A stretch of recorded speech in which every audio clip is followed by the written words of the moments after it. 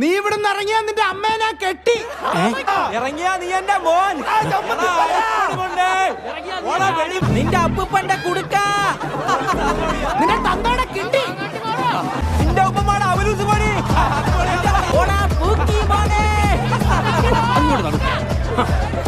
നിന്റെ അച്ഛന്റെ ഉച്ചി.